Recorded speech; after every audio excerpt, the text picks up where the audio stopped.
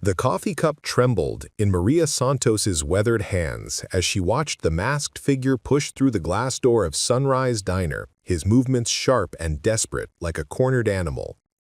The bell above the entrance gave its familiar, cheerful chime, a sound that had welcomed thousands of hungry customers over the past 47 years. But tonight, it felt like a death knell, echoing through the fluorescent-lit sanctuary she'd called home for the better part of 2 decades. The clock on the wall read 11:47 p.m., 13 minutes before her shift would end, 13 minutes before she could lock up and drag her aching feet home to her one-bedroom apartment where her teenage daughter Carmen waited, probably asleep over her calculus homework again. The diner was nearly empty, except for Harold Whitman, the silver-haired gentleman in the corner booth who'd been nursing the same cup of black coffee for 3 hours.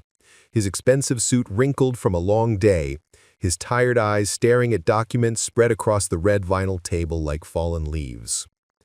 Harold had been coming here every Tuesday night for 6 months, always ordering the same thing: coffee, no cream, no sugar, and a slice of apple pie that he barely touched. Maria had memorized his routine the way she memorized all her regulars' habits, the way he folded his napkin precisely in half, how he checked his gold watch every 20 minutes, the soft sighs he released when he thought no one was listening. Tonight, though, something was different about him. His shoulders carried a weight that seemed heavier than usual, and he'd been making quiet phone calls all evening, his voice barely audible but tinged with what sounded like resignation. The masked figure moved closer to the counter, and Maria could see his eyes through the crude holes cut in what appeared to be an old pillowcase. They were young eyes, maybe not much older than Carmen's, filled with fear masquerading as aggression. His hand shook as he reached into his jacket pocket, and Maria found herself thinking not of her own safety, but of the story those eyes might tell, of desperation, of choices that led to this moment, of a mother somewhere wondering where her son had gone wrong. Behind the counter, the ancient coffee maker gurgled its familiar song, a sound that had become the soundtrack to Maria's life. She'd started working at Sunrise Diner when Carmen was just 3 years old, after her husband Miguel had been deported, despite his promises that his immigration status would be resolved. The job was supposed to be temporary, just until she could find something better, something that paid more than minimum wage plus tips. But temporary had stretched into years, and years had become decades, and now the smell of bacon grease and coffee grounds had seeped so deeply into her skin that she sometimes wondered if she'd ever wash it out. The diner itself was a relic of a different era, with its checkerboard linoleum floors and red vinyl booths held together with duct tape and determination. The walls were covered with faded photographs of the neighborhood from the 1970s, when the area was predominantly Latino and families still gathered on stoops to share stories and tamales. Now gentrification crept closer each month, manifesting in artisanal coffee shops and boutique stores that priced out the very people who had built this community. Maria had watched longtime customers disappear one by one, unable to afford the rising rents that pushed them further from the city center. Old Pete, the diner's owner, had died 18 months ago, leaving the restaurant to his nephew Danny, a kid who lived 3 states away and saw the property as nothing more than a monthly headache. The health inspector had started coming around more frequently, leaving citations that Danny complained about in terse phone calls but never seemed to address. The equipment was failing piece by piece. The ice cream freezer had given up last month, and the grill's temperature was anyone's guess. But Maria had learned to work around every mechanical failure, adapting her routines like water flowing around stones. The young man's voice cracked when he finally spoke, betraying his youth despite the mask. I need you to open the register." His words came out rushed, rehearsed, as if he'd practiced them in the mirror but never imagined how they'd sound in the real world. Maria could smell his fear, sharp and acrid beneath the diner's familiar sense of coffee and grease. She'd raised a teenager. She knew the difference between real danger and desperation wearing a dangerous mask. Harold looked up from his documents, his movement casual but alert. Maria caught his eye for just a moment and saw something unexpected there, not fear, but calculation. He folded his papers slowly, deliberately, his manicured fingers precise despite the situation. There was something about his calm that struck Maria as odd. Most people would be reaching for their phones or diving under tables, but Harold sat still as stone, watching the scene unfold with a detached interest of someone observing a play. The register was an antique, probably installed when the diner first opened in 1976. Its brass keys had worn smooth under countless fingertips, and it opened with a distinctive ka-chunk that every employee learned to recognize from across the room. Maria's fingers hovered over those familiar keys, feeling their warmth, their weight of memory. How many times had she opened this drawer? How many small transactions had passed through her hands? Coffee for the construction worker heading to his pre-dawn shift. Pie for the elderly woman celebrating her grandson's graduation. Coffee and comfort for the heartbroken teenager crying over her first love. "Please," the young man added, and Maria heard his mother in that word.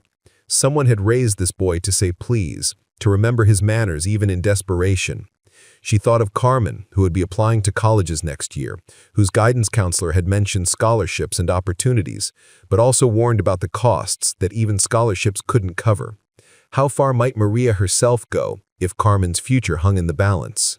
The fluorescent light above buzzed and flickered, casting unstable shadows across the young man's face. Maria had been asking Danny to fix that light for months, but like everything else, it had fallen into the category of later or when money's less tight. The inconsistent lighting made the whole scene feel surreal, like something from a movie she'd watched late at night when she couldn't sleep, worrying about bills and Carmen's grades and whether she'd saved enough for her daughter's quinceañera next month. Outside, a police car drove past, its presence routine rather than urgent.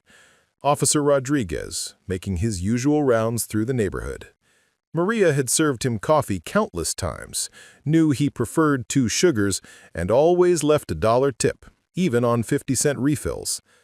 The sight of the patrol car made the masked young man flinch, his head swiveling toward the window with jerky, panicked movements. This wasn't a career criminal. This was someone who'd never done anything like this before, someone who probably threw up from nerves before walking through that door. Harold's phone buzzed against the table, and he glanced at it without picking up. The screen's blue glow illuminated his face for a moment, revealing features that spoke of good genetics and better nutrition, of a lifetime of advantages that had never required him to stand on the other side of a diner counter at nearly midnight. Yet here he was, night after night, a mystery wrapped in expensive wool. The smell of rain began to permeate the diner as clouds gathered outside, promising the kind of downpour that would flood the streets and drive everyone indoors. Maria loved the smell of approaching rain. It reminded her of her childhood in El Salvador, where afternoon thunderstorms brought relief from the heat and sent children dancing in the streets. Carmen had been born during such a storm, and Maria sometimes wondered if that was why her daughter had inherited such a fierce spirit, such determination to succeed despite the obstacles. The register drawer sat closed, holding maybe $200 in small bills and coins, a night's worth of coffee sales and pie slices, tips that would help Maria buy Carmen's school supplies or put gas in her 15-year-old Honda Civic. It wasn't much money in the grand scheme of things, certainly not worth risking anyone's life over, but Maria understood that for the young man standing before her, it might represent something larger. Rent money, medicine, food, or simply the difference between hope and complete despair. Harold's gold watch caught the light as he checked the time again. In the 6 months Maria had been observing him, she'd noticed his watch was the only thing about him that seemed to matter. Everything else, his clothes, his car, his phone, appeared expensive but well-used, comfortable rather than showy. The watch, though, was different. It gleamed with the kind of care reserved for treasured possessions, and Maria had caught him touching it sometimes, an unconscious gesture that suggested deep emotional significance. The young man's breathing had become audible, rapid and shallow through the makeshift mask. Maria could see sweat staining the fabric around his eyes, and she found herself wanting to offer him a glass of water, maybe a piece of pie, something to calm his nerves and give them all a moment to think. Her maternal instincts had been honed by years of caring for Carmen alone, of being both mother and father, provider and protector. and those instincts now extended to this frightened boy who'd stumbled into her diner with desperation in his pocket. The coffee maker finished its cycle with a satisfied wheeze, sending the rich aroma of French roast through the air. Maria had made thousands of pots of coffee in this place, had perfected the timing and measurements until she could brew a perfect cup while half asleep. The routine of it had become meditative, an anchor in the chaos of single motherhood and financial insecurity. Even now, with everything hanging in the balance, part of her mind noted that she'd need to start a fresh pot if they were going to stay open past midnight. Thunder rumbled in the distance, still far off but approaching with the steady inevitability of consequence. Maria wondered what would happen after tonight, regardless of how this situation resolved. Would Harold continue his Tuesday evening visits? Would the young man return to whatever life had driven him to this desperate act? Would she still be here, wiping down these same tables, serving coffee to insomniacs and shift workers and lonely souls seeking temporary refuge from the world outside? Harold's phone cleared his throat softly, a sound so gentle it seemed almost accidental. But Maria had learned to pay attention to the subtle ways people communicated their needs, and something in that small sound made her look at him again. His eyes held a question, though she couldn't quite decipher what he was asking. Permission? Patience? Or perhaps he was simply acknowledging the strange intimacy of sharing this moment, three strangers bound together by circumstance and the late hour. The register drawer remained closed, holding its small fortune of dollar bills and coins, a night's worth of coffee sales and pie slices, tips that would help Maria buy Carmen's school supplies or put gas in her 15-year-old Honda Civic. It wasn't much money in the grand scheme of things, certainly not worth risking anyone's life over, but Maria understood that for the young man standing before her, it might represent something larger: rent money, medicine, food, or simply the difference between hope and complete despair. She was somewhere else, maybe the beach house in Puerto Rico that Miguel had promised they'd visit someday, with a small cafe she'd dreamed of opening when Carmen was little, a place with fresh flowers on every table, and the kind of coffee that made people linger and talk and remember what it felt like to slow down. But the cold water would always return, shocking her back to reality, and she'd hurry to towel off and dress in her uniform, black slacks that showed every stain but cost less than $20 at the discount store, and a white blouse that she bleached religiously because cleanliness was the one thing she could control completely. She'd learned that customers judged everything about you before you even spoke, and a pristine uniform could sometimes mean the difference between a $2 tip and a $5 one. Coffee came next, made in the dented aluminum pot that had been a wedding gift from Miguel's mother, one of the few things Maria had kept after the deportation. She'd grind the beans by hand, using an old wooden mill, the repetitive motion soothing her nerves and filling the small kitchen with an aroma that reminded her of her grandmother's house in San Salvador. 2 cups, one for her, one poured into a thermos for the long day ahead. She'd drink hers standing at the kitchen window, watching the neighborhood wake up, noting which apartments had lights on and which remained dark, creating mental stories for the people she'd never meet. Carmen would usually emerge around 6:30, already dressed, but with her curly hair wild from sleep. Maria had taught her daughter to be independent early, too early perhaps, but necessity had shaped their relationship in ways that conventional parenting advice never addressed. Carmen could make her own breakfast, pack her own lunch, and catch the city bus to school without assistance, skills that most teenagers took for granted, but that Maria recognized as small miracles of adaptation. "Morning, Mommy," Carmen would mumble, pouring cereal into a bowl while simultaneously checking her phone for messages from friends or updates on the college application websites she'd bookmarked. The girl was relentless in her pursuit of scholarship opportunities, spending hours each evening researching programs and filling out forms with the kind of focused determination that both inspired and worried Maria. What would happen if the scholarships didn't come through? What would happen if they did? and Carmen moved away to some distant campus, leaving Maria alone in an apartment that would feel impossibly empty. The walk to the diner took exactly 18 minutes at Maria's steady pace, a route that carried her through 4 distinct neighborhoods, each with its own personality and morning rhythms. First came the residential area where she lived, filled with small apartment buildings and duplexes where families like hers made do with less space and more love than seemed mathematically possible. Children waited for school buses, while mothers called warnings about forgotten homework and zipped jackets against the morning chill.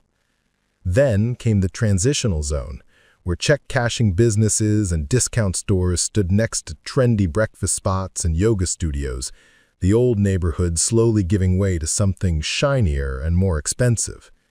Maria would pass the panaderia where she sometimes bought Carmen's birthday cakes, breathing in the smell of fresh bread that reminded her of home, then continue past the new organic market where a single apple cost more than she usually spent on lunch. The business district followed, where early commuters emerged from parking garages with coffee cups already in hand, their faces focused on phones or tablets, their movements efficient and purposeful. Maria sometimes wondered what it would be like to wear clothes that required dry cleaning, to carry a briefcase full of important papers, to have meetings and deadlines that mattered to someone other than yourself. But those thoughts never lingered long. She'd learned that excessive dreaming was a luxury she couldn't afford. Finally, the diners neighborhood, where the old mixed with the older, where businesses had been passed down through generations and everyone knew everyone else's story. Mrs. Chen at the flower shop would wave from behind her window display, and Tommy at the newsstand would nod his greeting while arranging the morning papers. This was Maria's community, the people who'd watched Carmen grow up, who'd offered help during the lean months and celebrated the small victories without being asked. Opening the diner required a specific sequence of actions that Maria could perform in complete darkness. First, the 3 locks on the back door, 2 deadbolts and a chain that Pete had installed after a break-in 15 years ago. Then the lights, switched on in order from back to front, because the electrical system was temperamental and would blow a fuse if you demanded too much at once. The coffee makers came next. Both machines started simultaneously, because the morning rush would begin in exactly 47 minutes, and regulars expected their caffeine to be ready when they were. The prep work began immediately, slicing tomatoes and onions, portioning out bacon strips, checking that the grill was properly preheated and the fryer oil was clean. Maria had developed an internal clock that told her exactly how long each task would take, allowing her to orchestrate the morning preparations like a conductor managing an invisible orchestra. Every movement had purpose. Every minute was accounted for. Because inefficiency meant chaos, and chaos meant lost tips, and lost tips meant Carmen's college fund would grow a little slower. The morning customers were as predictable as sunrise. Bob, the construction foreman, arrived at 6:45 sharp, wanting coffee black and eggs over easy with wheat toast dry. He'd sit at the counter and read the sports section while eating, occasionally making comments about the local team's prospects that required only non-committal nods in response.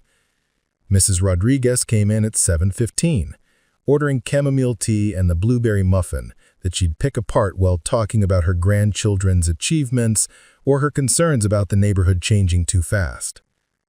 By 8 a.m., the commuter rush would begin in earnest, a steady stream of people who wanted fast service and predictable food that they could eat while walking to bus stops or subway stations.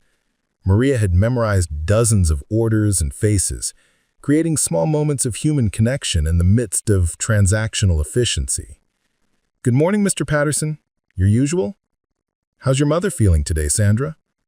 Did your son hear back from that school yet, David?" These tiny acknowledgments of shared humanity had become Maria's specialty, the thing that distinguished her from other servers and earned her the loyalty that translated into better tips and more stable income. She understood that most people felt invisible in the city, rushing through their days without anyone truly seeing them. and she'd made it her mission to offer at least one moment of recognition to every customer who sat in her section. The afternoon shift brought a different energy. Lunch customers were often harried and impatient, grabbing quick meals between meetings or errands. Maria would move faster then, her conversations reduced to efficient pleasantries while she managed multiple tables and kept track of substitutions and special requests. The lunch crowd was less personal but more lucrative. Business people who tipped in percentages rather than dollar bills, who appreciated competence over conversation. Between the lunch and dinner rushes came the quiet hours, when Maria would catch up on side work and sometimes steal a few minutes to sit with a cup of coffee and think about Carmen's future. These were the moments when the weight of responsibility felt heaviest, when she'd calculate and recalculate the college savings account balance and wonder if her sacrifices would be enough. Carmen had her heart set on studying engineering, a field that promised good salaries and job security, but also required expensive textbooks and laboratory fees that even scholarships might not cover. Maria had never told Carmen about the second job she'd taken last Christmas, cleaning office buildings 3 nights a week after her diner shifts ended. The extra money had gone directly into the college fund, every dollar a small victory against the odds that seemed stacked against families like theirs. The work was exhausting, vacuuming carpets and emptying trash bins while security guards patrolled empty hallways, but it was private, anonymous labor that felt like a secret gift to her daughter's future. The evening shift brought its own challenges and rewards. Dinner customers stayed longer, ordered dessert, sometimes lingered over coffee while sharing stories or working through problems. Maria became part therapist, part confidant, listening to tales of workplace drama and romantic troubles and family conflicts while refilling cups and clearing plates. She'd learned to read the difference between customers who wanted to talk and those who preferred silence, adjusting her approach accordingly. Harold Whitman had been the most intriguing puzzle of the past 6 months. Every Tuesday at 9 p.m., same booth, same order, same mysterious documents that he'd spread across the table like he was mapping out some grand strategy. Maria had developed theories about him. Maybe he was a lawyer preparing for an important case, or a businessman planning some kind of acquisition, or perhaps a writer researching his next novel. His expensive clothes suggested success, but his tired eyes spoke of someone carrying burdens that money couldn't resolve. She'd noticed the way he touched his watch, an unconscious gesture that happened whenever he made phone calls or seemed particularly deep in thought. The watch was beautiful, gold with intricate engravings that caught the diner's fluorescent light, but Harold wore it like a talisman rather than an accessory. Maria understood the power of meaningful objects. She still wore the small silver cross that Miguel had given her for their first anniversary, touching it whenever she felt overwhelmed or uncertain about the future.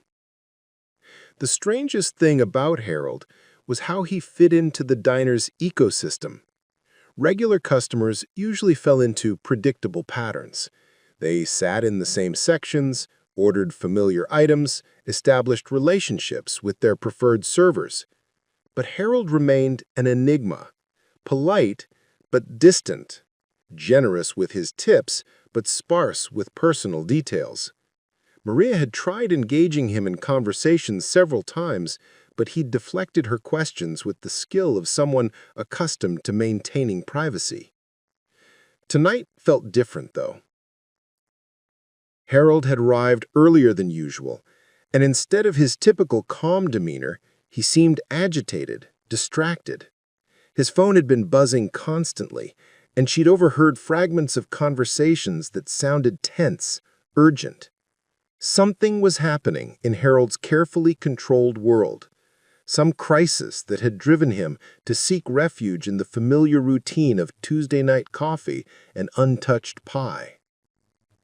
The approaching storm matched Maria's internal anxiety about Carmen's upcoming college decisions.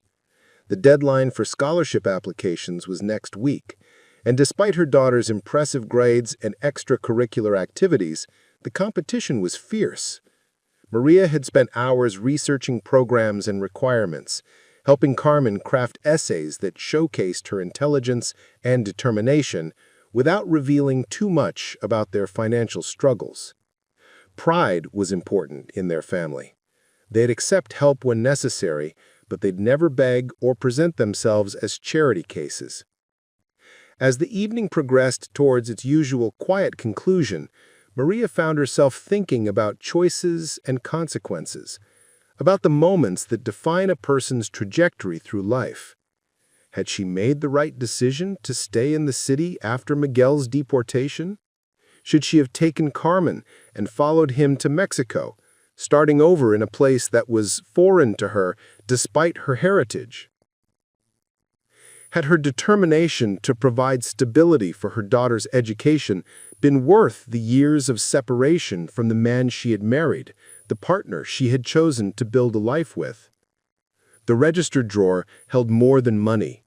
It contained the accumulated dreams and compromises of everyone who had contributed to its contents. Every tip represented a small transaction between server and customer, a moment when someone had decided that the service they had received was worth something extra. Maria thought of that money as Carmen's future, transformed from coins and small bills into textbooks and tuition payments, laboratory fees and dormitory deposits. The young man, with the makeshift mask, stood before her now, desperate and frightened, asking her to surrender that future with a few simple words.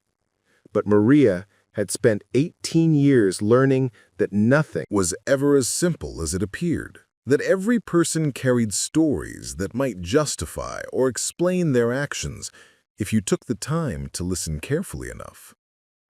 The moments stretched between them like a taut wire, humming with possibilities and weighted with the understanding that whatever happened next would ripple outward in ways none of them could fully anticipate. Maria's fingers remained poised above the register keys, but her eyes never left the young man's face, what she could see of it through the crude mask that looked like it had been fashioned from a torn sheet, the kind her grandmother used to embroider with delicate flowers and birds. "Son," she said quietly, her voice carrying the same tone she'd used countless times when Carmen had come home upset about school or friends or the casual cruelties that teenagers inflicted on each other without thinking. It was a voice that had soothed scraped knees and broken hearts, that had delivered difficult truths about absent fathers and financial realities with enough gentleness to make them bearable. "Son, you don't want to do this." The words seemed to hit him like a physical blow.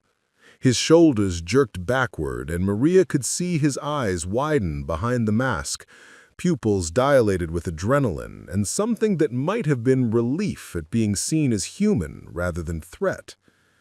His hand trembled more visibly now, and she noticed he kept glancing toward the door, as if planning his escape route, or perhaps hoping someone would walk in and interrupt this scene that had already gone on too long.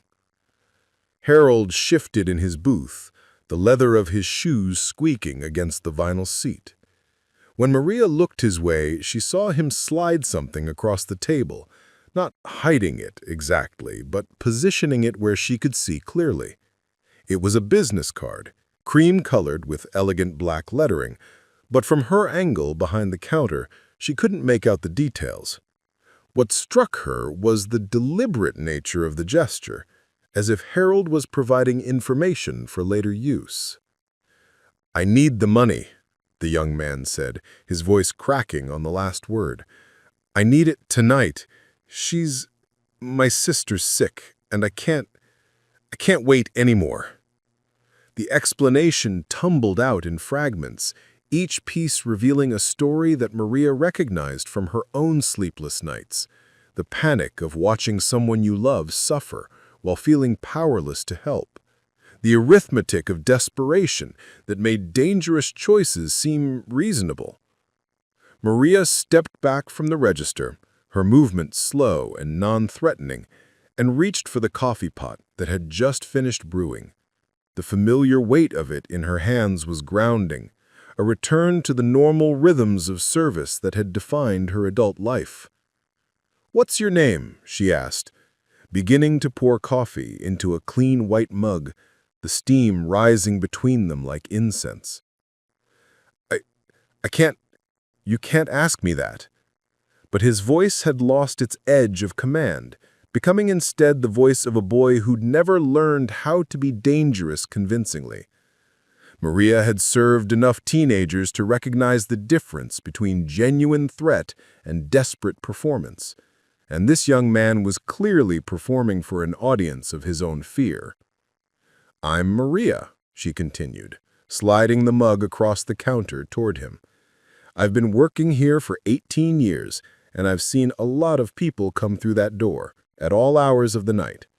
Most of them are looking for something besides food." She paused, letting the coffee's aroma fill the space between them. "What's your sister's name?" The question seemed to surprise him. His free hand reached automatically for the mug, muscle memory overriding conscious thought, and Maria noticed his nails were bitten down to the quick, another sign of chronic anxiety, the kind that built up over months or years of watching situations deteriorate beyond your control. "Rosa," he whispered, and the name emerged like a prayer or a confession. "She's 7, and she's got this thing with her heart, and the doctors say she needs surgery, but we don't have insurance, and Medicaid says we make too much money, but we don't make enough to actually pay for anything, and I've been trying to save up, but rent went up again, and my mom's hours got cut at the factory, and I just—" The story spilled out of him like water through a broken dam, and Maria found herself nodding with recognition at each familiar detail. She'd lived versions of this story herself, the impossible mathematics of poverty, where you earned too much to qualify for help, but too little to solve your own problems. The bureaucratic catch-22s that trapped families in limbo, watching their loved ones suffer while paperwork shuffled through systems designed more to exclude than to assist. Harold stood up from his booth, his movement causing both Maria and the young man to turn toward him with sharp attention.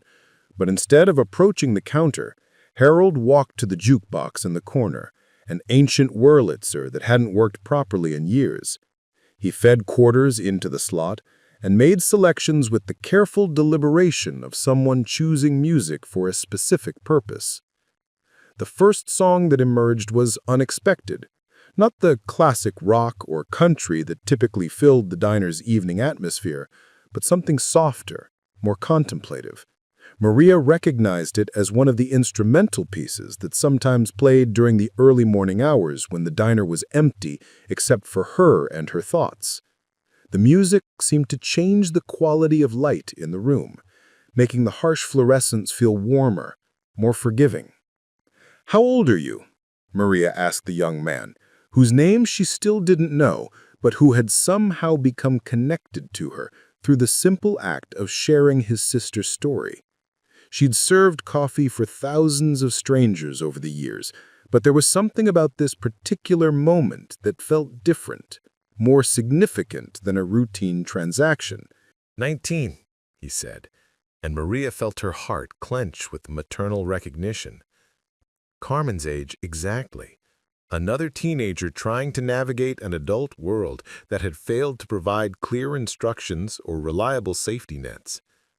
She imagined Rosa, 7 years old with a heart condition, probably small for her age and full of the kind of bright energy that made cardiac problems seem especially cruel and unfair.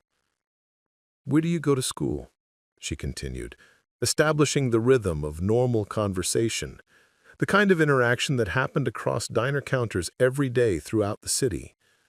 Her tone was gentle but persistent, drawing him into the familiar patterns of human connection that were harder to break than criminal transactions. "I don't. Had to drop out junior year to work more hours." He sipped the coffee reflexively, then seemed surprised by its quality. Maria had always taken pride in brewing a perfect cup, using measurements and timing that she'd perfected through years of practice and attention to detail. "This is really good," he said almost accusingly, as if high-quality coffee complicated his ability to see her as merely an obstacle to his goal. Harold's second song began, and Maria realized he was creating a soundtrack for whatever was about to unfold. The music wasn't random, it was carefully chosen to establish mood and pacing, the way a film director might score a crucial scene. The realization made Harold look at Maria with new attention, noting details she'd missed during their months of casual interaction.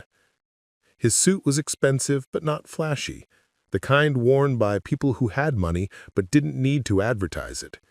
His shoes were Italian leather, well-maintained but not new, suggesting someone who invested in quality and cared for his possessions rather than constantly replacing them. The documents spread across his table weren't restaurant work. They were dense with text and numbers, official-looking papers with letterheads and signatures that suggested legal or financial importance. "What kind of work do you do?" Maria asked the young man, keeping her voice conversational while her mind processed the growing complexity of the situation. Three people in a diner after midnight, each carrying their own story of need and circumstance, each trying to navigate challenges that seemed larger than their individual capacity to resolve. "Construction, mostly. Day labor when I can get it. Sometimes I help my cousin with his landscaping business, but that's seasonal work." He was relaxing despite himself, drawn into the familiar rhythm of adult conversation, the kind of interaction that treated him as a person rather than a problem to be solved or avoided. Harold's second song began, and Maria realized he was creating a soundtrack for whatever was about to unfold.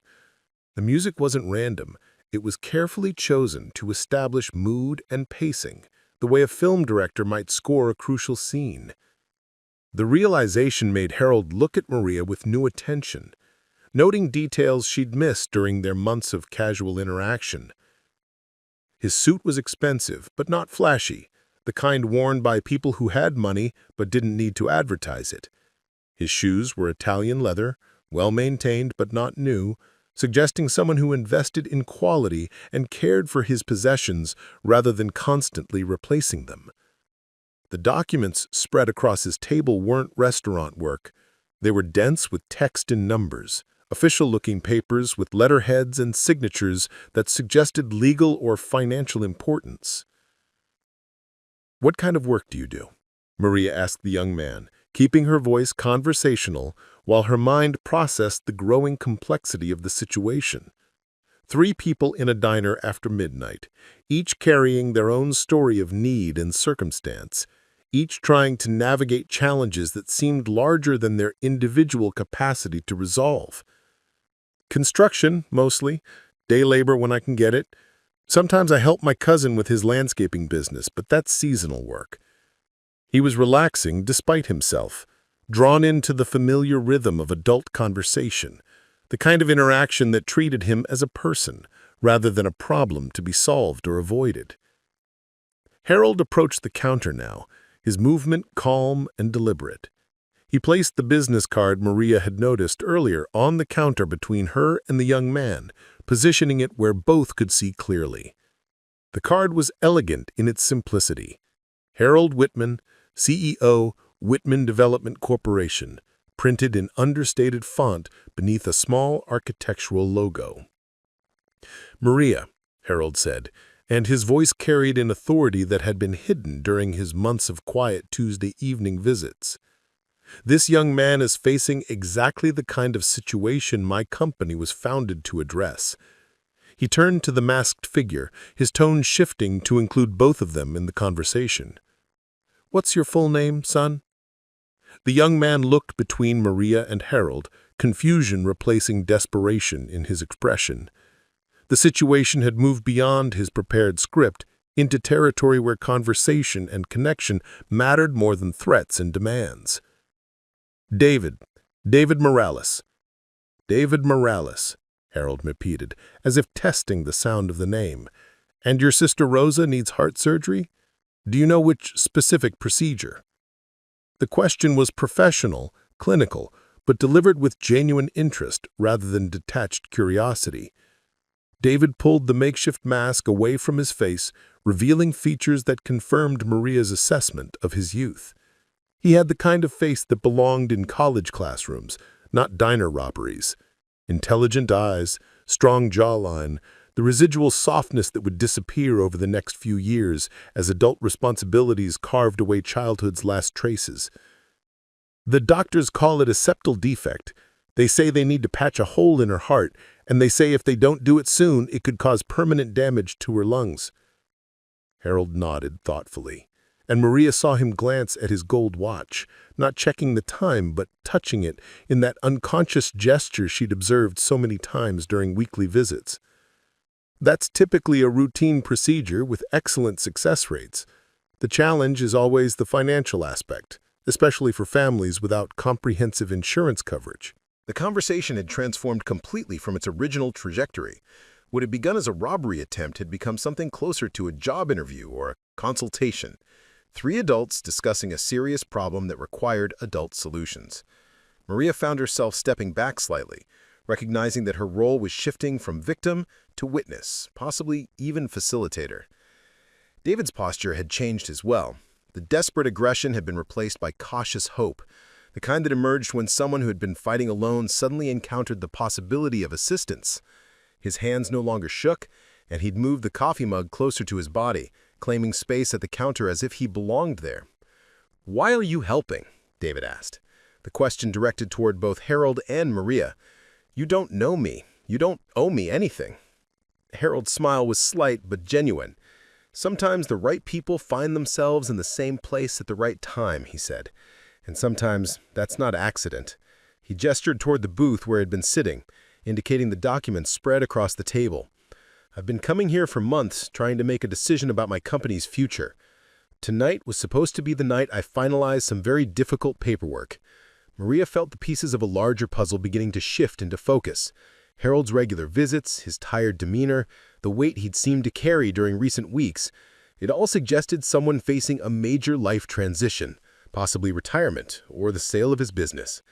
The expensive watch became more significant too, perhaps a gift from someone important, a connection to memories or relationships that influenced his decision-making. "What kind of decision?" she asked, her curiosity overcoming the professional distance she usually maintained with customers. The question hung in the air while Harold considered his response, his fingers once again finding their way to his watch. "Whether to shut down my company or find someone worthy to carry it forward. Whitman Development has been in my family for 3 generations. We specialize in affordable housing projects and community development in underserved neighborhoods. My grandfather started it during the Depression, believing that everyone deserved access to quality housing regardless of their economic circumstances."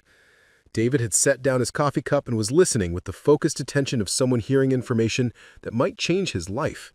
Maria recognized the expression from Carmen's face when guidance counselors discussed scholarship opportunities. Hope mixed with disbelief, the cautious excitement of someone who'd learned not to trust good news too quickly. "The problem," Harold continued, "is that I don't have children, and most of my executives are more interested in maximizing profits than maintaining our social mission. I've been trying to decide whether to sell to a larger corporation that would probably abandon our community focus, or simply dissolve the company and distribute the assets to various charities." The diner's atmosphere had become charged with possibility, as if the storm gathering outside had somehow moved indoors and was building toward its own kind of lightning. Maria found herself thinking about the photographs on the walls, images of the neighborhood from decades past when families could still afford to live near their work, when communities were built on relationships rather than real estate values. "How big is your company?" David asked, his voice barely above a whisper. The question came from someone who'd probably never imagined having a conversation with a CEO, let alone sitting in a diner discussing the future of a multi-generational business. "We employ about 200 people directly, and our projects support probably another 1,000 jobs through subcontractors and suppliers. Last year we completed housing developments in 4 cities, all designed to provide affordable options for working families. We also run a microloan program for small businesses and a scholarship fund for students from low-income families. Maria felt a chill that had nothing to do with the approaching storm. The numbers Harold was discussing represented more than business statistics. They represented hundreds of families with stable jobs, thousands of people with decent places to live, entire communities that might lose a crucial advocate if his company disappeared. The weight of that responsibility would explain the exhaustion she had observed in his face during recent visits. "The watch," she said suddenly, the connection crystallizing in her mind. "It belonged to your grandfather, didn't it? The one who started the company?" Harold's smile was sad but appreciative. "Very observant. Yes, it was his. He gave it to my father when he took over operations, and my father gave it to me when he retired. It's a reminder that some things are worth preserving, even when preservation becomes complicated." David had set down his coffee cup and was silent for several minutes, processing information that probably challenged every assumption he'd made about rich people and business owners. His initial plan to rob the diner seemed like something from another lifetime, a desperate act that belonged to someone else entirely.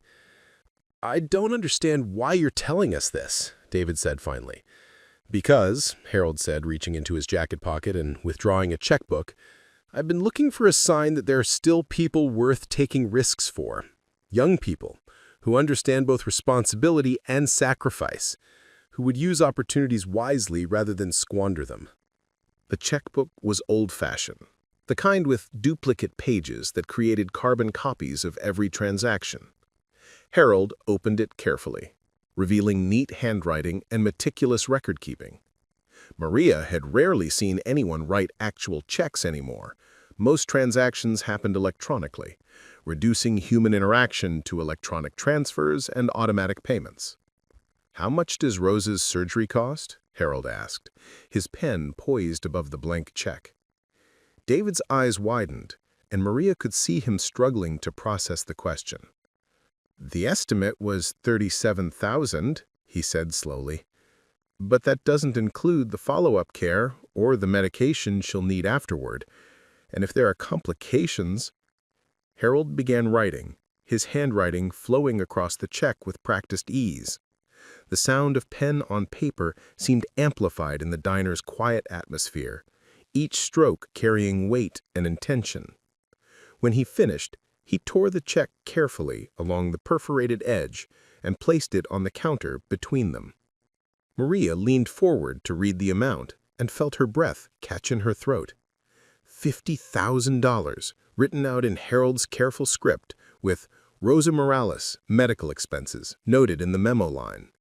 It was more money than Maria earned in 2 years, more than most families in her neighborhood saw at one time, enough to solve David's immediate crisis and provide a buffer for unexpected complications. "I can't accept this," David said, but his hand was already reaching toward the check, drawn by the reality of what it represented. "I don't have any way to pay you back. I'm nobody. I'm just a guy who was about to rob a diner because I couldn't figure out any other way to help my sister." "That's exactly why you can accept it, because you're someone who was willing to sacrifice your own future to save someone you love. That kind of character can't be taught or bought. It's either there or it isn't." The thunder was getting closer now, and the first drops of rain began hitting the diner's windows with increasing frequency. Maria found herself thinking about timing and coincidence, about the series of events that had brought these three people together at this particular moment. If Harold hadn't been here tonight, if David had chosen a different diner, if she had decided to engage him in conversation rather than simply comply with his demands. "But there's a condition," Harold continued, and Maria saw David's face tightened with suspicion. "I want you to think seriously about coming to work for my company. Not now, you have family obligations and your sister's recovery to focus on, but after Rosa is well, after you've had time to finish your education if that's what you want, I'd like to offer you a position with real responsibility and growth potential." David picked up the check, holding it carefully as if it might dissolve in his hands. The paper trembled slightly, betraying the emotion he was trying to keep controlled. "What kind of position?" "Community liaison, initially. Someone who understands what it's like to struggle, who can connect with the families we're trying to serve. Eventually, if you're interested and willing to do the work, project management, maybe even regional development. The company needs fresh perspective from people who've lived the problems we're trying to solve. Maria watched this exchange with growing amazement, recognizing the moment when someone's entire life trajectory shifted in a new direction. She'd witnessed smaller versions of such moments over the years, customers who met future spouses at her tables, business deals negotiated over coffee and pie, connections made that led to job opportunities or artistic collaborations. But this felt larger, more significant, like watching someone step through a doorway into a completely different future. "Why?" David asked again, the question becoming a refrain that expressed his struggle to understand such generosity from a stranger. Harold glanced around the diner, taking in the faded photographs, the worn vinyl booths, the carefully maintained equipment that had served thousands of customers over the decades. "Because this place represents something important," he said. "Community, service, people taking care of each other without expecting anything in return. Maria has been demonstrating those values for 18 years, and you demonstrated them tonight when you chose your sister's welfare over your own safety." Maria felt tears threatening and quickly busied herself with wiping down the already clean counter. The recognition meant more than Harold could possibly know, coming from someone who'd observed her work without judgment or condescension, who'd somehow understood the dignity inherent in service, even when that service was unnoticed by most of the world. "And Maria," he said, turning to face her directly, "I have a proposal for you as well." The words hit her like a physical shock. Whatever she'd expected from this strange evening, it hadn't included becoming part of Harold's larger plans. "What kind of proposal?" "I've been watching you work for 6 months. The way you treat every customer with genuine respect, how you remember details about their lives, the care you put into even the smallest interactions. Those are executive-level skills, the kind of emotional intelligence that can't be taught." Maria's hands had stopped moving, the cleaning rag forgotten in her grip. The air in the diner seemed thicker, charged with possibilities she'd never allowed herself to imagine. "I'd like you to consider joining Whitman Development as our Director of Community Relations," Harold continued. "Your job would be to ensure that our projects actually serve the people they're supposed to help, that we stay connected to the real needs of the families we build for. The salary would be, well, let's say it would be enough to send Carmen to any college she chooses, with plenty left over for your own security." The number Harold mentioned made Maria's knees feel weak. It was more than she dreamed of earning, enough to transform not just her own life, but Carmen's future prospects completely. No more double shifts, no more calculating tips to determine whether they could afford groceries, no more sleepless nights wondering how to pay for textbooks and dormitory fees. But the offer came with its own weight of responsibility. Leaving the diner would mean abandoning the community she'd served for nearly 2 decades, stepping away from the familiar rhythms that had shaped her adult identity. It would mean learning new skills, navigating office politics, representing a company whose values she hoped she understood correctly. "I need time to think," she said finally, her voice hoarse with emotion.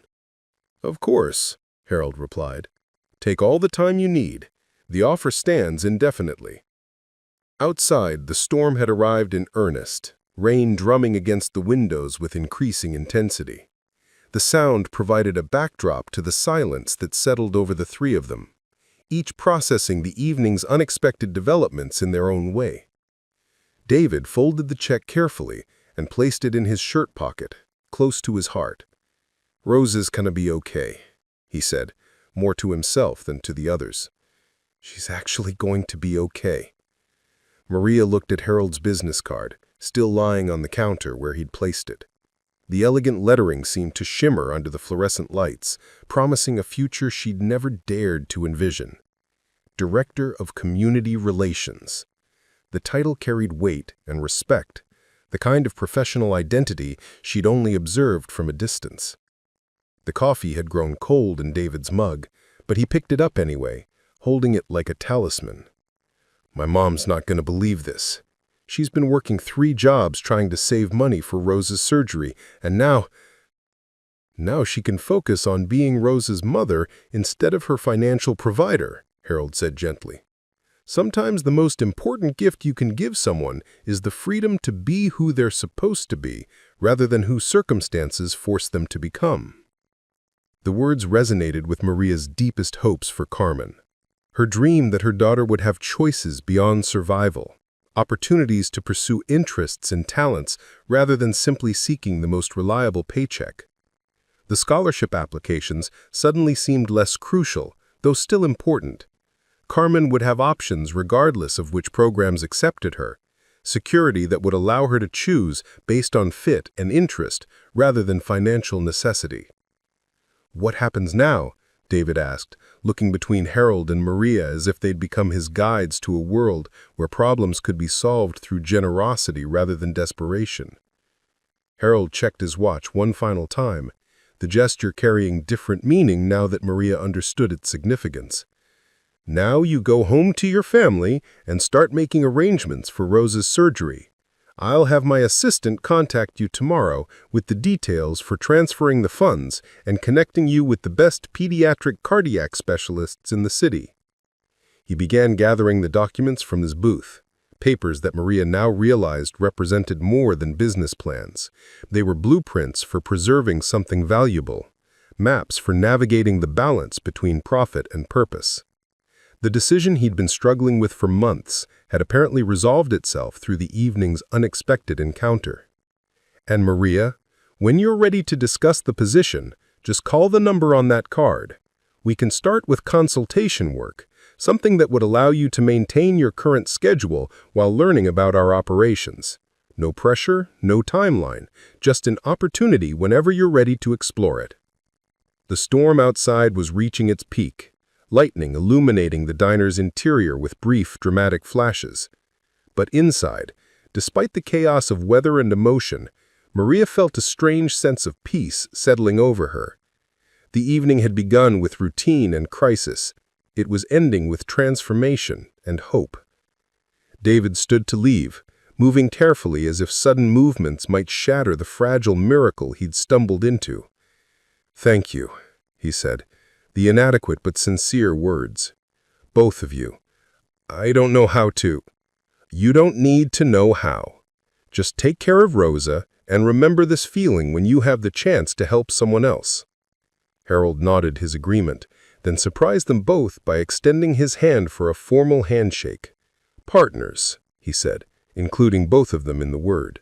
"People who understand that business should serve community, not the other way around." As David prepared to brave the storm, Maria realized that the register drawer had never been opened, its contents still safely locked away. The money that had seemed so important an hour ago, her tips, the diner's modest daily receipts, now felt symbolic rather than substantial. The real wealth had been in the connections formed, the trust shared, the recognition that some problems required more than money to solve, while others could be resolved with unexpected generosity. The bell above the door chimed as David left, its cheerful sound mixing with the thunder outside. Through the rain-streaked window, Maria watched him hurry toward the bus stop, one hand pressed against his shirt pocket where the check rested, the other holding his jacket over his head against the downpour. Harold finished organizing his papers, transforming chaos back into order with practiced efficiency. "I should go as well," he said. "The storm is going to make driving interesting." But he paused at the counter, looking directly at Maria with an expression that combined respect and curiosity. "May I ask you something personal?" Maria nodded, feeling as though the evening's revelations had earned Harold the right to deeper conversation. "What made you engage with David instead of just giving him what he asked for? Most people would have opened the register immediately, tried to end the situation as quickly as possible." The question required her to examine motivations she'd acted on instinctively, to put words to the maternal instincts and community values that had guided her response. "Because I have a daughter his age," she said finally, "and because I've spent 18 years learning that most people who come into this place at midnight are looking for something besides food. Sometimes they just need someone to see them as human instead of as a problem." Harold smiled, the expression transforming his tired features. "That's exactly the kind of wisdom Whitman development needs," he said. "The understanding that behind every housing application, every loan request, every community development proposal, there are real people with real stories that matter more than the paperwork suggests." He left his booth for the final time, placing exact change for his coffee and pie on the table, along with a tip that was generous but not ostentatious. The documents disappeared into a leather briefcase that had clearly seen years of use, and Harold transformed back into the successful businessman who'd first walked through the diner's door 6 months ago.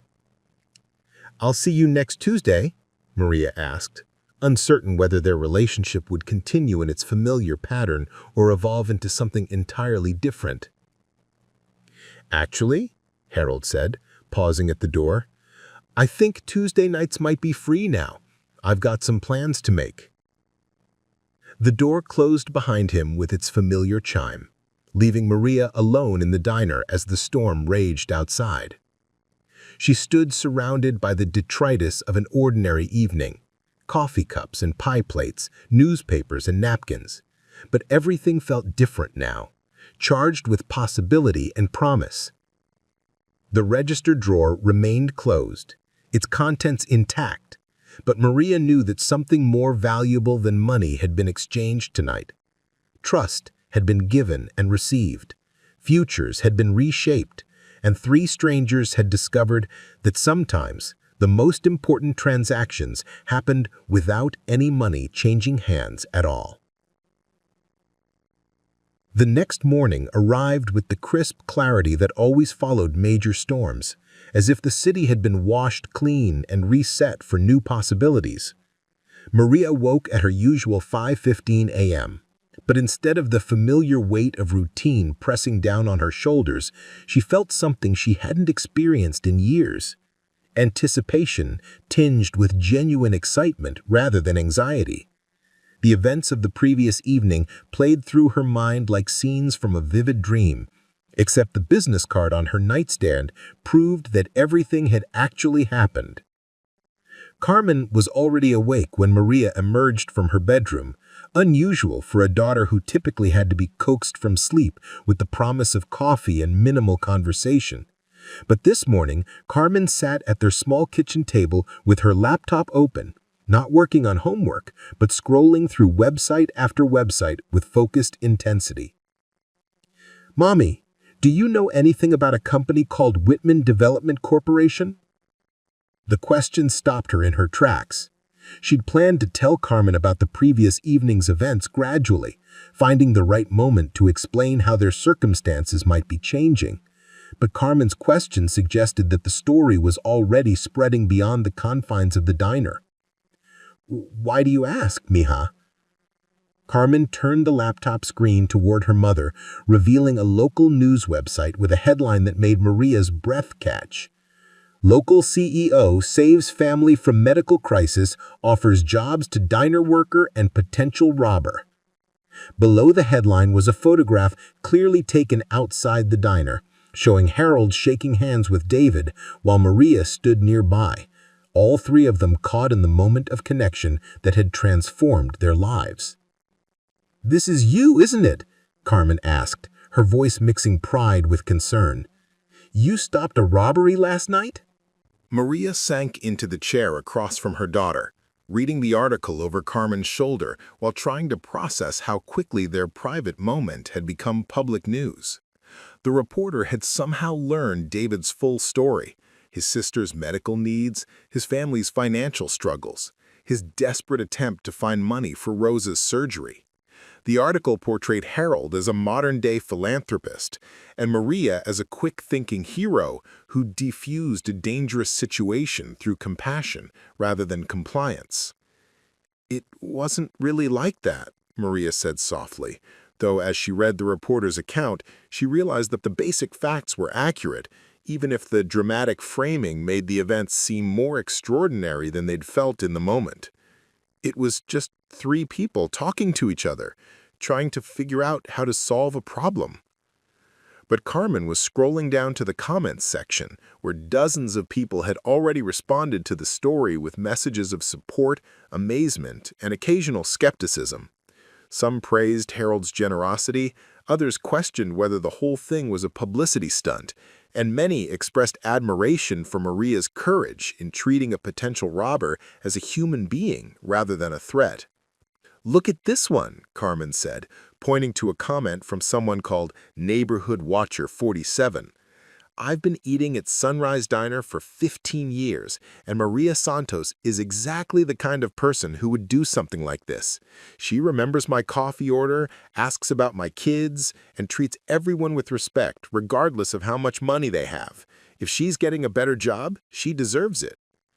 The validation from a long-term customer made Maria's eyes well up with tears she hadn't expected.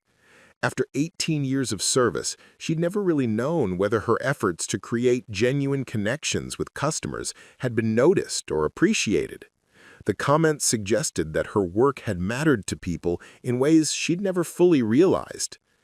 Carmen continued scrolling, finding more comments from apparent regulars: construction workers who appreciated her early morning efficiency, night shift nurses who'd found comfort in her late evening conversation, elderly customers who'd felt welcomed rather than rushed, despite the limited speed with which they counted out exact change. The picture that emerged was of someone who'd been quietly building community one cup of coffee at a time, creating relationships that customers valued enough to defend in an online forum. "Mommy," Carmen said, her voice serious in the way it got when she was processing something important. "The article says this Harold guy offered you a job with his company. Is that true?" Maria nodded, still struggling to believe it herself. The business card sat on the table between them, its elegant simplicity somehow more impressive in daylight than it had seemed under the diner's fluorescent lighting. "Director of Community Relations," she said, testing how the title sounded in their small kitchen.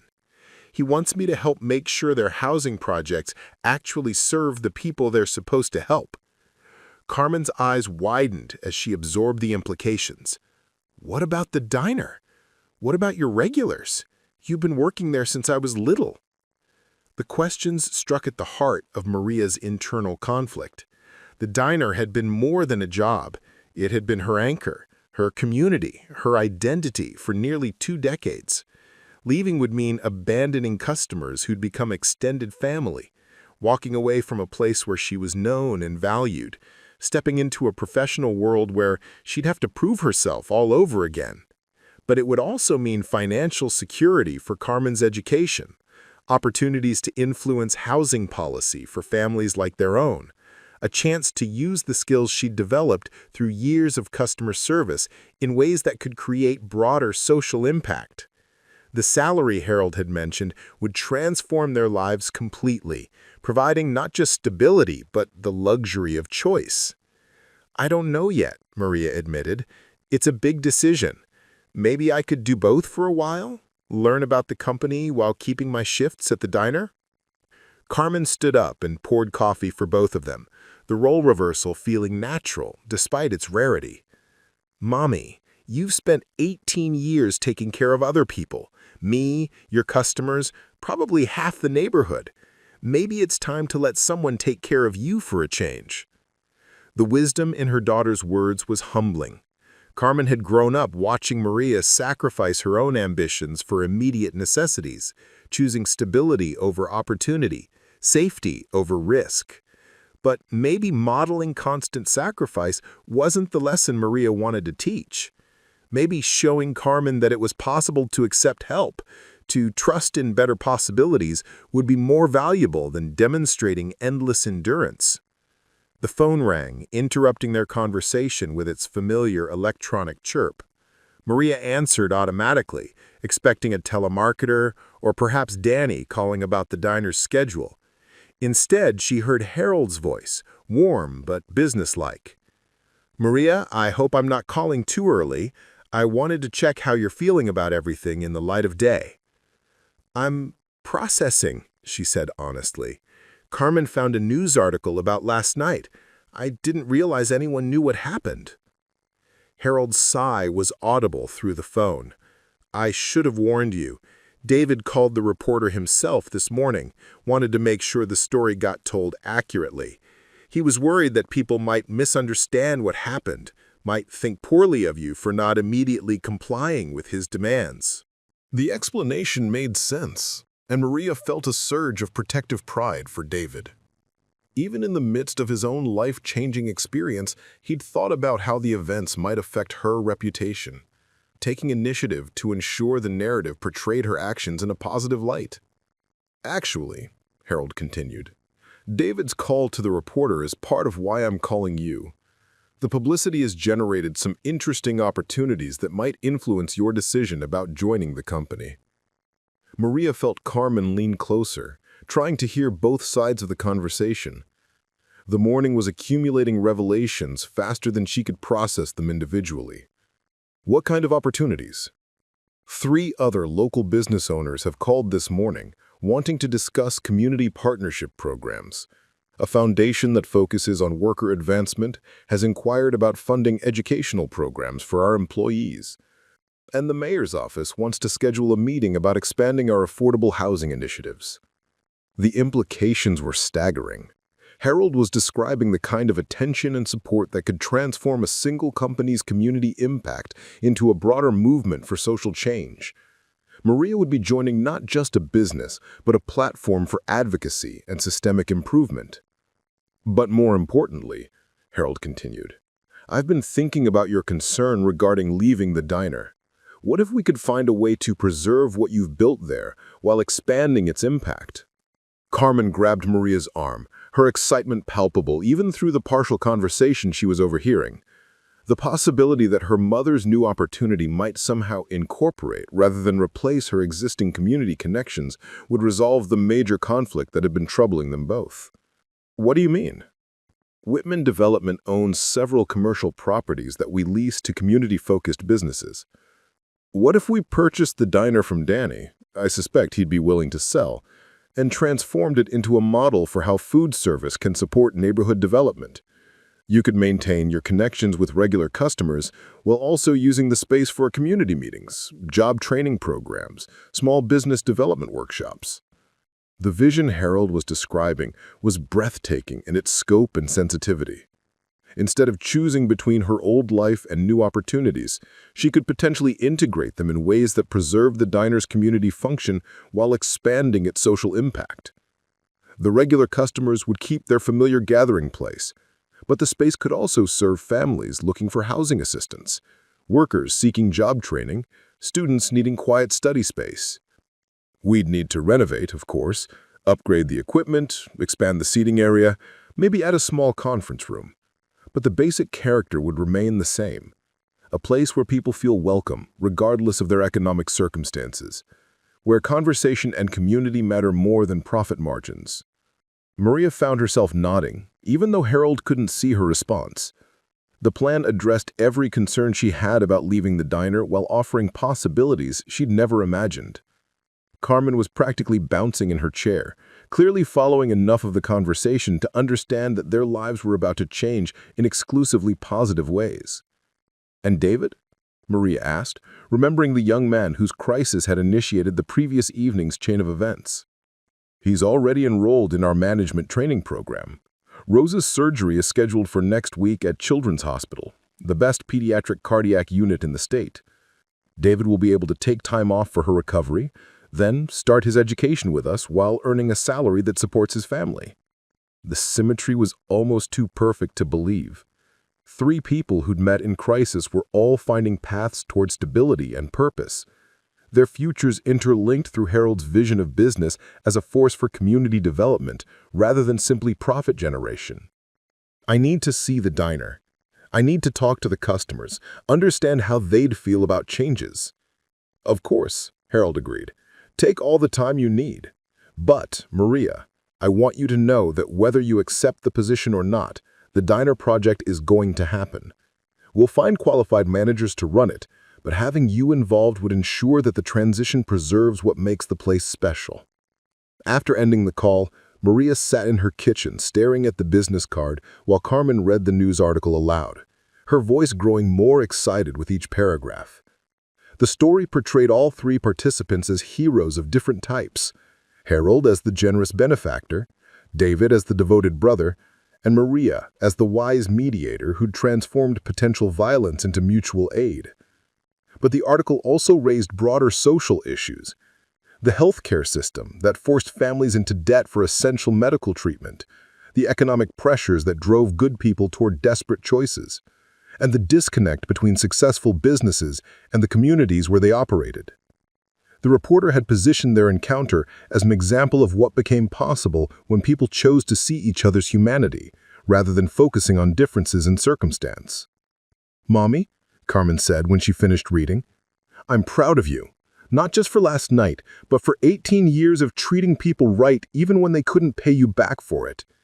This Harold guy didn't offer you a job because he felt sorry for you. He offered it because he watched you work and realized you're exactly the kind of person his company needs." The assessment was generous, but accurate. Harold had observed Maria's approach to customer service for months, recognizing qualities that went beyond professional competence to include genuine emotional intelligence and community awareness. The job offer wasn't charity, it was recognition of skills that had been developed through years of practice but never formally acknowledged or compensated. They spent the rest of the morning researching Whitman Development Corporation, discovering a company history that aligned with Harold's description of 3 generations committed to affordable housing and community development. The website featured photographs of housing projects that looked nothing like the institutional apartment complexes Maria associated with low-income housing. Instead, they showed townhouses and small apartment buildings that preserved neighborhood character while providing modern amenities. The employee testimonials were particularly revealing. Workers described a company culture that prioritized community input over developer profits, that hired locally whenever possible, that provided benefits and advancement opportunities typically associated with much larger corporations. Several testimonials came from people who'd started in entry-level positions and worked their way into management roles, suggesting that Harold's offer to David represented established company practice rather than unusual generosity. By noon, Maria had made her decision.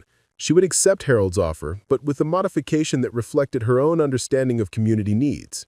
Instead of immediately transitioning to full-time corporate work, she would spend 6 months dividing her time between the diner and Whitman Development, learning the company's operations while overseeing the diner's transformation into a community resource center.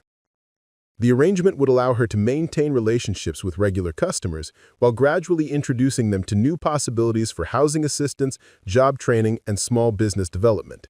She could serve as a bridge between the corporate world and the neighborhood, translating community needs into language that business professionals would understand and advocate for. When she called Harold back to propose this timeline, his immediate agreement confirmed her sense that she was joining an organization that valued employee input rather than simply expecting compliance with predetermined plans. They scheduled a meeting for the following Monday to discuss specific responsibilities and begin the transition process. The rest of the day felt surreal, filled with phone calls from friends and neighbors who'd seen the news story, customers stopping by the diner to congratulate her, and media requests from local television stations wanting to interview the hero waitress who'd prevented a robbery through compassion. Maria declined the television interviews, uncomfortable with the attention and conscious that David's privacy needed protection during his family's medical crisis. But she did agree to speak with a reporter from the neighborhood weekly newspaper, wanting to ensure that the local community understood how the changes would benefit rather than displace them. The interview took place at the diner during the quiet afternoon hours, with Maria explaining her vision for expanding the space's community function while preserving its character as a gathering place for people from all walks of life. "The most important thing," she told the reporter, "is that this stays a place where everyone feels welcome, where a construction worker can get coffee before his shift starts, where teenagers can study after school, where elderly residents can come for conversation and connection. We're not changing what works, we're just adding new ways to serve the community. The reporter, a young woman named Sarah who'd grown up in the neighborhood, understood the delicate balance Maria was trying to maintain. Gentrification had displaced too many community resources, replacing familiar gathering places with businesses that serve newcomers rather than longtime residents. The diner's transformation needed to demonstrate that development could enhance rather than eliminate existing community assets. As evening approached, Maria prepared for what might be her last solo shift at the diner, though the transition would actually unfold over several months. The familiar routines felt both comforting and nostalgic, each task carrying the weight of accumulated memory and the promise of future change. David arrived around 8 o'clock, looking younger and more relaxed than he had the previous night. Rosa's surgery was scheduled for the following Tuesday, and he spent the day meeting with doctors and hospital administrators, learning about the procedure and recovery process. The check from Harold had not only covered the medical expenses, but it also provided enough buffer for David's family to take time off work during Rosa's recuperation. "How are you feeling about Tuesday?" Maria asked, refilling David's coffee cup with the practiced ease of countless similar gestures over the years. David smiled, an expression that transformed his entire face from the frightened young man she'd met just 24 hours earlier.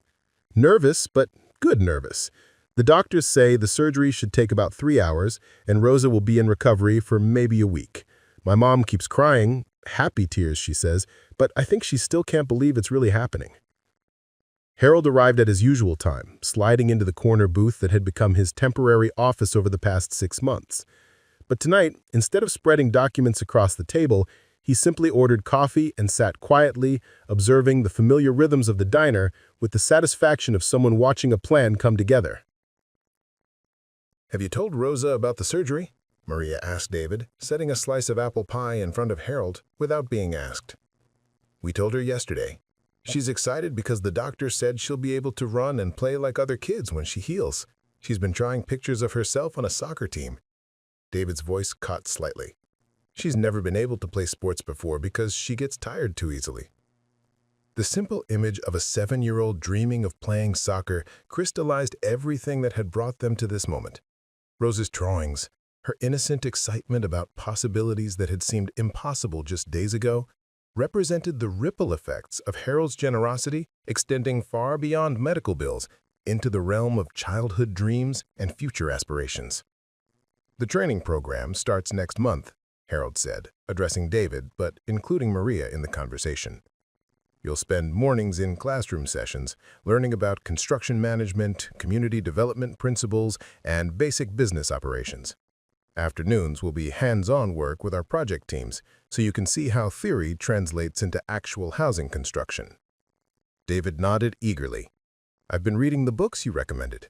Some of it's complicated, but it makes sense when I think about the neighborhoods where I've worked. I never realized how much planning goes into making sure a community has the right mix of housing, businesses, and services." The transformation in David's perspective was remarkable. 24 hours ago, he'd been focused solely on surviving immediate crisis. Now, he was thinking systemically about community development, understanding his future role in creating solutions rather than simply enduring problems. "And Maria," Harold continued, "I've been thinking about your suggestion for the diner renovation. What if we created a demonstration kitchen where people can learn basic cooking skills while also providing job training for food service careers?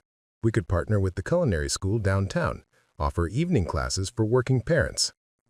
The idea built naturally on Maria's understanding of how food brought people together, how the act of sharing meals created connections that went beyond simple nutrition.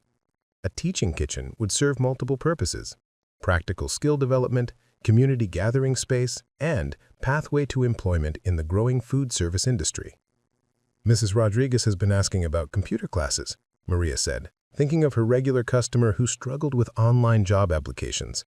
"Maybe we could have a few workstations where people can get help with resumes, applications, basic digital literacy." "Perfect," Harold agreed. "The more services we can provide in one location, the more likely people are to access them. Sometimes the biggest barrier to getting help is not knowing where to start or feeling intimidated by unfamiliar institutions. As the evening progressed, their conversation evolved into collaborative planning. Three people who'd met in crisis now working together to create opportunities for others facing similar challenges. They discussed renovation timelines, community input sessions, partnerships with local organizations, and strategies for maintaining the diner's welcoming atmosphere while expanding its social mission. Carmen arrived around 10 o'clock, having finished her shift at the ice cream shop where she'd been working part-time to save money for college expenses. But with Maria's new salary, Carmen would be able to focus on her studies rather than splitting time between school and work. Another example of how individual opportunities created broader family stability. "How did your scholarship interview go?" Harold asked Carmen, remembering details from previous conversations with the kind of attention that made everyone feel valued. "Really well," Carmen said, her face lighting up with excitement. "They asked about my community service, and I told them about helping translate at the free clinic and tutoring kids at the after-school program. I think growing up here, seeing how Mommy serves the community, taught me that success means helping other people succeed too." The comment revealed how Maria's example had shaped Carmen's values, demonstrating that the impact of treating people with dignity and respect extended beyond immediate customer interactions into the formation of the next generation's understanding of social responsibility. David listened to Carmen describe her college plans with the intensity of someone glimpsing possibilities he'd never imagined for his own future. "Do you think Rosa could go to college someday?" he asked quietly. "Of course," Carmen said, without hesitation, "especially now that she'll be healthy. Smart kids can accomplish anything if they get the right support and opportunities." The certainty in Carmen's voice spoke to a worldview shaped by having a mother who'd sacrificed to ensure her daughter's education, who demonstrated through daily example that intelligence and determination could overcome economic disadvantages. Carmen took educational opportunity for granted because Maria had made it feel inevitable rather than exceptional. As midnight approached, the three adults began making plans for the transition.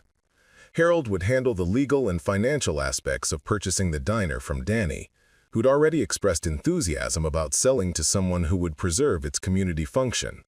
Maria would begin dividing her time between diner shifts and corporate training, learning Whitman Development's operations while maintaining relationships with regular customers. David would focus on Rosa's surgery and recovery, then begin his new career with the security of knowing his family's immediate needs were met. The panic that had driven him to desperation had been replaced by steady purpose, the kind of long-term thinking that became possible when survival was no longer uncertain. "1 year from now," Harold said, checking his grandfather's watch one final time, "this place will still serve the best coffee in the neighborhood. But it will also be a place where families can get help finding affordable housing, where young people can learn job skills, where anyone who needs support can find it without judgment or bureaucracy." Maria looked around the diner, seeing it transformed not just physically but conceptually, from a simple restaurant into a community resource center that honored the relationships she'd built, while expanding the ways those relationships could create positive change. The vision represented everything she'd learned about service over 18 years, amplified into broader social impact. "Thank you," David said, the words carrying weight accumulated over 24 hours of life-changing generosity. "Both of you, for seeing me as someone worth helping instead of just someone causing problems." "Son," Maria replied, using the same tone that had first diffused his desperation, "everyone deserves to be seen as someone worth helping. That's not charity.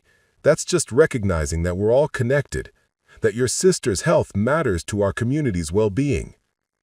Harold nodded his agreement, then stood to leave, his documents safely packed away, and his decision finally made.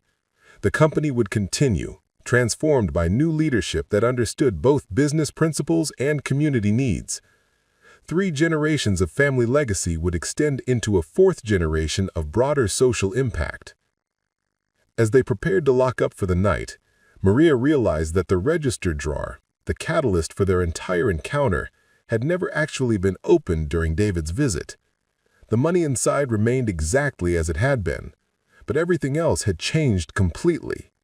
Sometimes the most valuable transactions happened without any exchange of currency, measured instead in trust, opportunity, and mutual recognition of shared humanity. The storm had passed, leaving the streets washed clean and gleaming under the streetlights.